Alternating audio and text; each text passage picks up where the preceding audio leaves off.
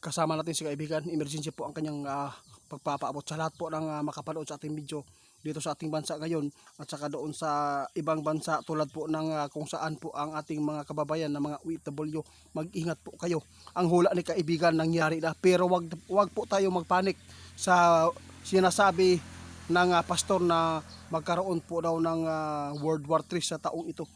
Pero hindi pa natin po alam ang mangyayari kasi ang isip ng tao hindi po natin alam. Kaya nandito si kaibigan mga idol, ituturo po niya kung paano kayo maghanda at para hindi tayo mapahamak sa anumang ginagawa po ng mga tao. Kaya kaibigan ninyo, kung ano man po ang inyong ipaabot sa mga kababayan po natin ng mga OFW, kailangan po ba natin na lahat-lahatin na lang po, lubos-lubosin po natin ang ating pagpapaabot sa kanila para makapaghanda po sila ulit.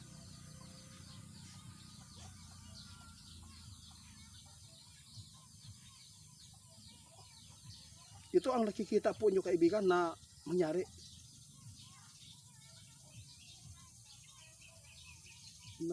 Guys, alam po nyo, hindi pa sigurado na kung ano po itong patutunguhan ang kaguluhan na to Ang delikado dito yung mga sinasabi ng ating kaibigan na maghawa-hawa. Ito po yung magbibigay po ng problema, lalo na pag nadamay po ang Pilipinas dito sa kaguluhan. Posibleng mayroon talagang hindi maganda na maganap po dito sa ating mundo. Kaya sa lahat po daw ng mga OFW ngayon nasa ibang bansa, huwag po kayong magkampante. Ito po ang inyong ihanda ngayon, kaibigan.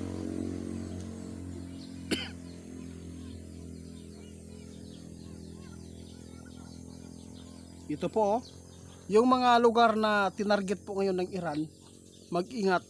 Kailangan po daw, huwag kayo mawalan ng flashlight, tubig. Tubig number 1 ang tubig. Pagkain. Kung papaabot po ang mga namumuno doon sa inyo, kailangan kung saan po ang safety, kailangan po pumunta kayo sa lugar na yan. Kasi si kaibigan ngayon po nag-alala po mga idol. Kasi hindi natin alam ang ibang bansa dito kung mayroon po bang kakampi ang Iran po ngayon. Delikado po tayo mga idol. Kaya dito po sa ating bansa ngayon, huwag kayo magkampante dyan. Dahil po sinabi ng ating kaibigan noon na kailangan po talaga maghanda tayo ng mga pagkain. Nangyari na po ang hinuhulaan ng ating kaibigan. Saan na po yung mga basher? Sinabi po ng mga basher, gawa-gawa lang yan, hindi naman po yan totoo. Sa ngayon, imposible na hindi kayo nagpanik. Lalo na kung umpisahan tayo ng China. Kaya alam po inyo mga idol, mas maganda, masakop na lang tayo sa China. Kasi si kaibigan mismo, sabi po natin kaibigan, kung masakop tayo mga idol, marespeto naman po ang mga Chinese. Yun po ang totoo.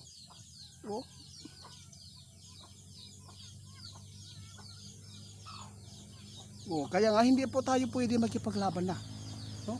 Wala talaga tayong kaya. Yun po ang totoo. Mga idol, wala tayong kaya kaya kung tuluyan tayong atakihin. Pero ipanalangin po natin na hindi ito mangyari. Dahil kapag nangyari, posibleng wala watak-watak yun tadre. Buong giingon ni kaibigan, ang paghahanda ay napaka-importante at ang panalangin.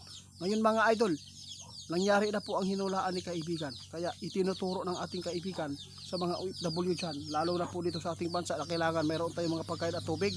Yun po, sino po ang nakagawa ng bunker dyan, shout out po. Napakaswerte po ninyo, ligtas po kayo sa nuclear weapons na magkaroon po talaga ng hindi maganda po sa pag na langhap mo yan. Kaya sa lahat po ng mga OFW dyan, maghanda kayo ng face mask. Suot kayo ng face mask please lang, sumuot kayo. Kasi po, pag hindi kayo nagsuot, kung sakali man na tablahin ang lugar niyo dyan sa ginawa ng Iran ngayon, kasi ang kanilang punteriya, yung mga military sa Amerikano daw, muna ang balita karon. Kaya sa lahat ng makapanood guys, tinuruan tayo ng ating kaibigan kung ano po ang gawin po natin So tama, walang ibang makapagbigay ng survive sa katawan ng tao kundi ang tubig at ang pagkain. Yun lang po mga idol. wag lang po tayo magpanik ha. Pero sa tingin ko, mas maganda naman siguro atakihin ang bansa natin para yung mga kawatan ba, kung ano po ba ang kanilang ano dyan, isangga. Mas maganda pa. Mas maganda pa. Kasi sabi po ng ating kaibigan, hindi yan na magiging peaceful ang ating bansa kapag hindi tayo madaanan po ng malaking pangyayari. Yun po ang totoo. Kasi po, ang tao ngayon nang hindi pa nagigipit kasi wala pang nangyari. Sobrang mataas pa ang pride. Sobrang galing pa sa pagnanakaw. Pero kung madaanan tayo mga idol, alam ko, santos ang kanilang tatawagin dito. Yun po ang aking nakikita dito mga idol. Kaya sa lahat ng makapanood, patawad po mga idol kasi para nawalan din po ako ng gana nang makita natin po ang pangyayari dito. Kaibigan, salamat kaibigan ha.